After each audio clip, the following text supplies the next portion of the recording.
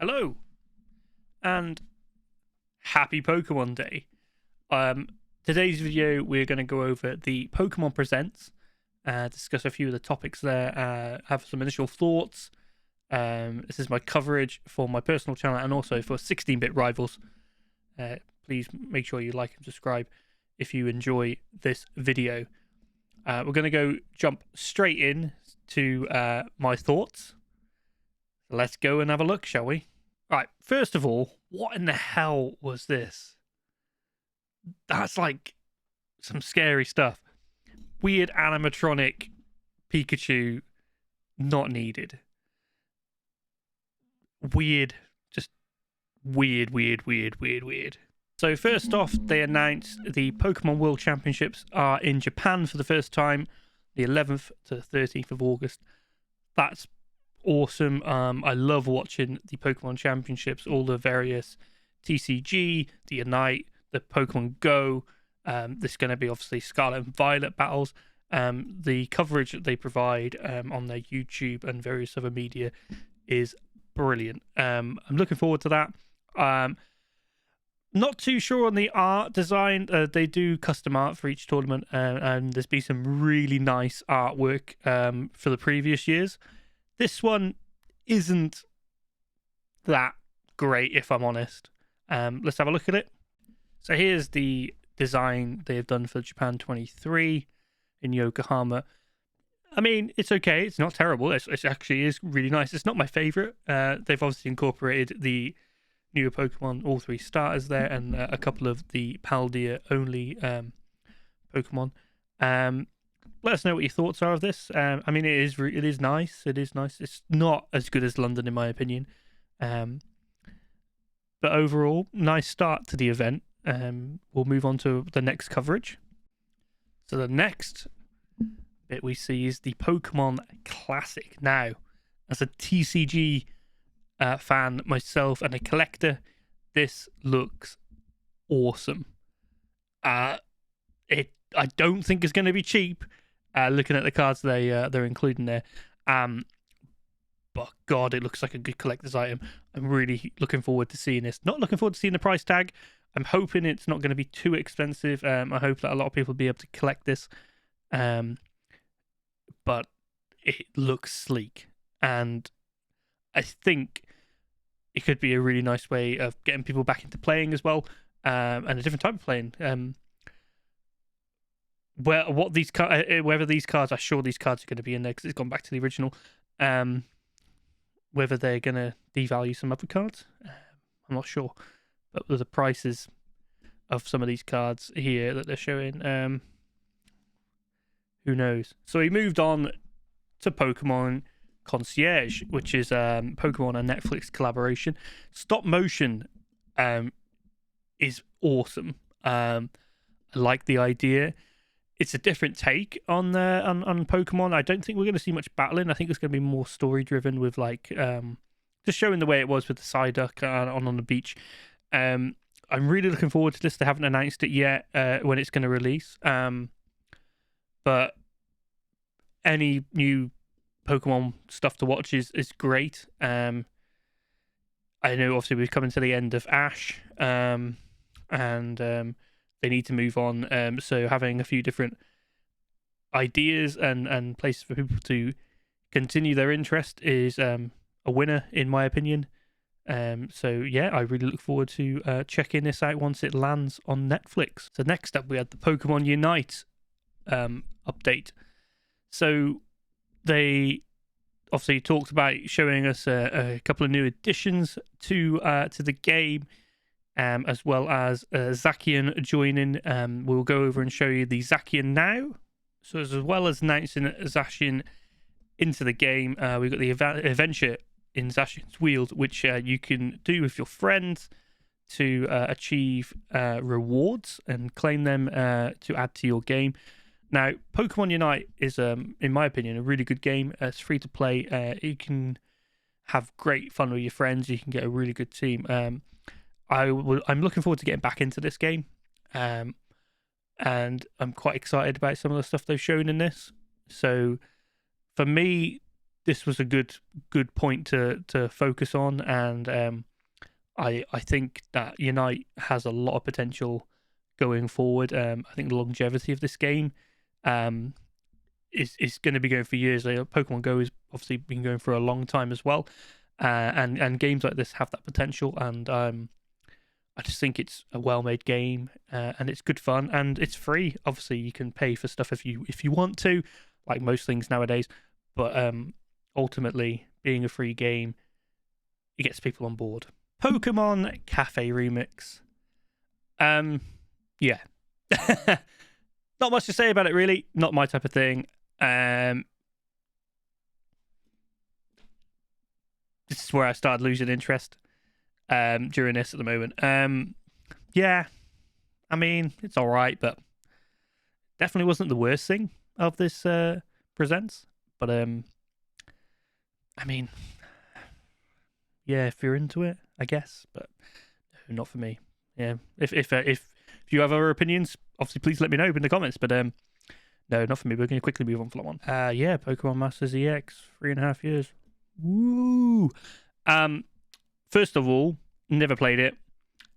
Second of all, horrible voice acting. What on earth was that?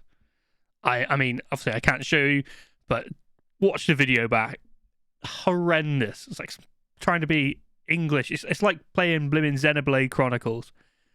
Terrible. We move on. Pokemon Sleep. Now, this came at the correct time because I was falling asleep during this part. It was terrible. If you want to sleep with Pokemon and track your sleep and grow your friendship the more you sleep together, as it says, then by all means, go for it. But for me, nah. Pointless.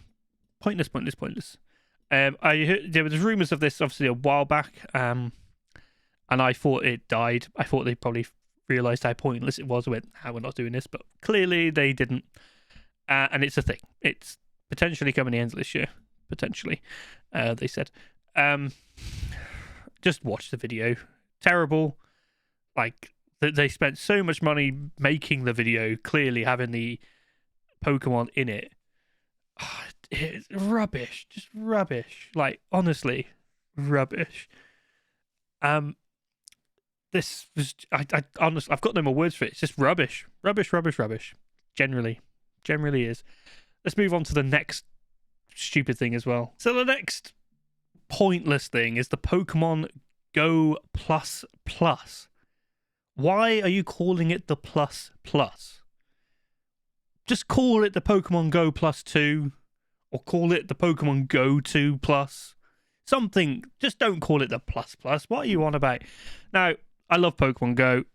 Great game. I had the Pokemon Go Plus, so I still have it. I think potentially that's good for that, but what this video shows, it has a Pikachu in it, and it talks to you, and again, it gets more friendly with you the more you sleep with it. And it sings you lullabies. Like, honestly... There's a bit in it where it's like it's next to the pillow, and it's like Pikachu. That would terrify me. I couldn't think of anything worse to have next to you in a bed. Pointless tech for that bit. For the Pokemon Go Plus, great. It's probably got better battery life. It works slightly better. It's a bit bigger. You're not going to lose it. For Pokemon Go, yes. For Pokemon Sleep, just like Pokemon Sleep, pointless. So we finally get in to the good stuff. The games. The DLC. They start off by showing us the new Paradox Pokemon that will be appearing in raids. We have Walking Wake, which is a Suqueen Paradox. And we have Iron Leaves, which is a Virizion Paradox.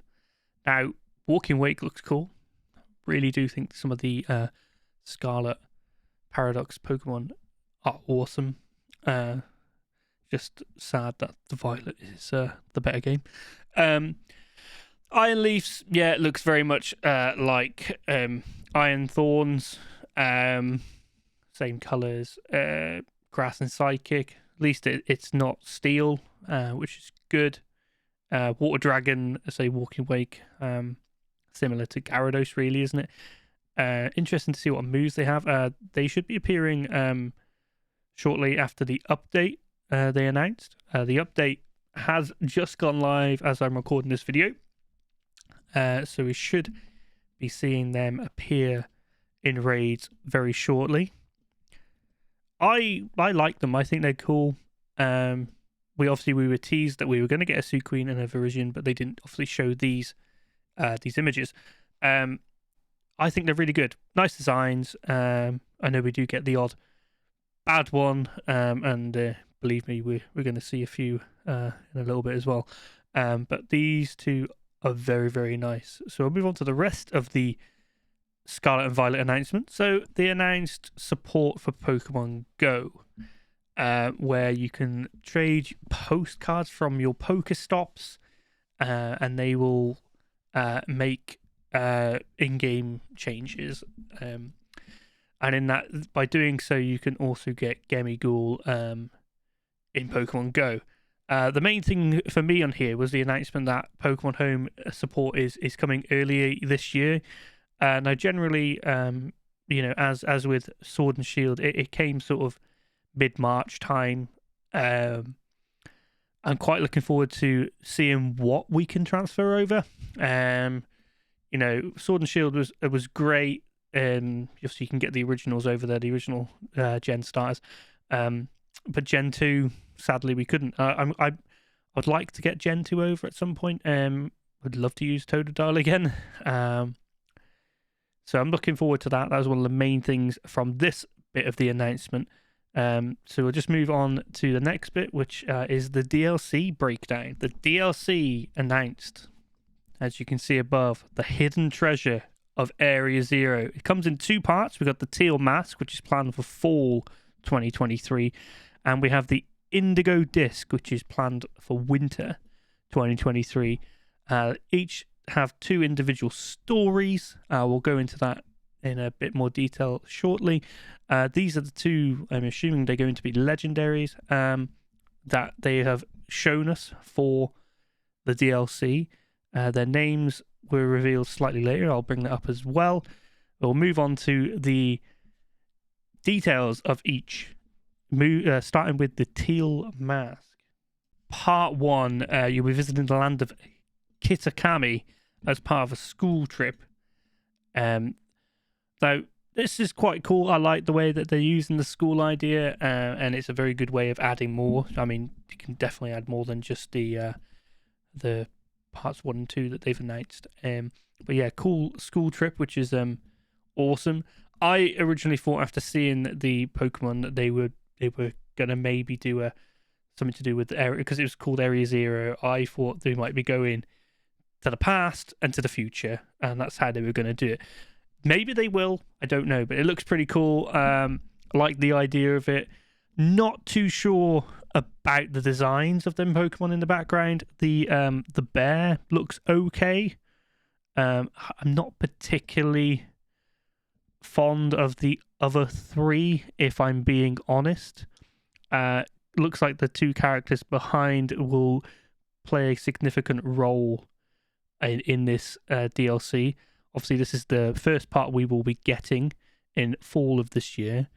I'm really looking forward to it. I think it's going to be good. It has a lot of potential.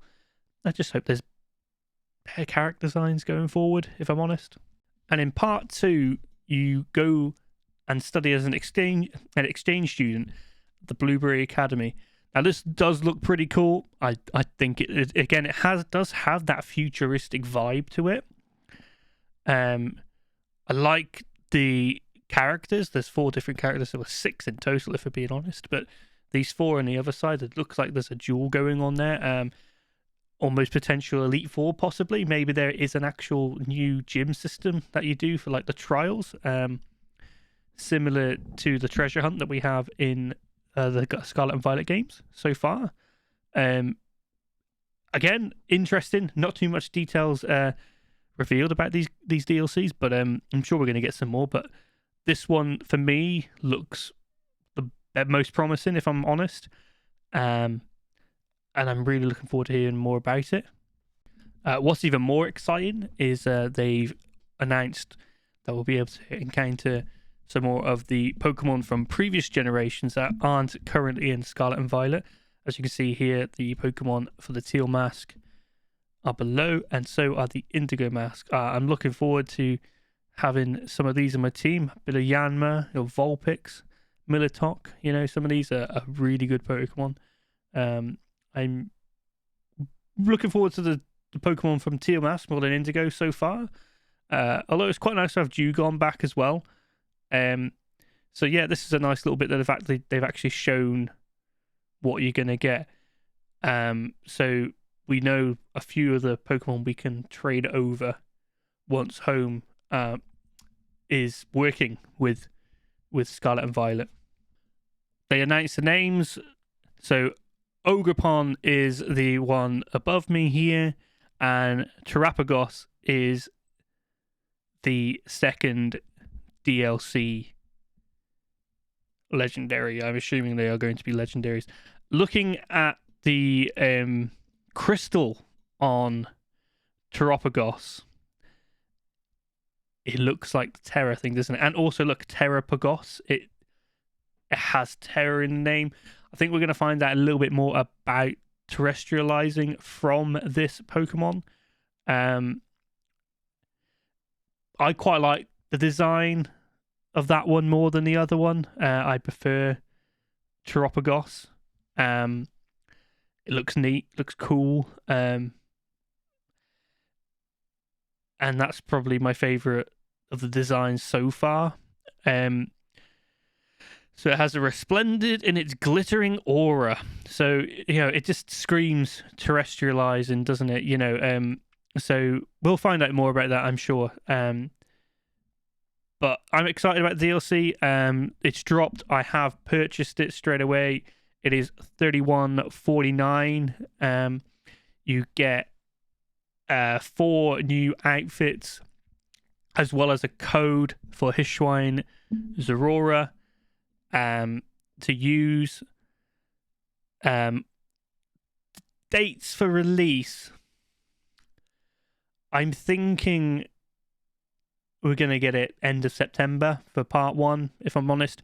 The code for the Zorora, well, the pre-order purchase ends in October 31st on Halloween, and generally they give a month or so from the release of part 1 for people to pick up the pre-purchase codes or extra bits and bobs. So I think 31st of September we might get it on a whim. That's just me personally. We might get it slightly earlier, but I think we're going to get it around that time. These are the uniforms you get for purchasing the DLC. 4 different ones for each. It's quite nice. I think that makes 8 now in total for each game. You know, it's okay. The clothing, it wasn't the best in this one, if I'm honest. But you know what? These are better than the originals, if I'm my personal opinion. So yeah, nice little bit of update that you get today. If you want to buy it today, you get it today. You know, it's pretty cool. So every little bit helps. It's quite nice to add things to the game. And as I was saying about the early purchase bonus there, you get the Hishwine Zororock. And it does say they're purchased by the 31st of October to receive your code. And that's why I think we might get it 31st of September. So there's my thinking in regards to that. I think that's another cool little thing. It's quite nice to have that over. You're gonna get it before Home if you get it today. I personally think Home is probably going to be around March time, like I said. So that gives you the ability of having it nice and early now. Because you can probably trade it over from Arceus if you've had Arceus and you have Home in March when it's out. So thoughts. A bit disappointed. I was hoping we were going to get the Gen 1s at least for the Game Boy on the Switch. Maybe we'll get that in a Nintendo Direct when they do go through that. It possibly is more of a a Nintendo thing, I guess. Pokemon Stadium's coming out on the N64 for it, so to have Gen 1 on there as well, so you can trade your Pokemon over. I remember the nostalgia of seeing your pixelated Pokemon in the 3D on Pokemon Stadium. It was amazing. It was unreal. So I hope we do get that again.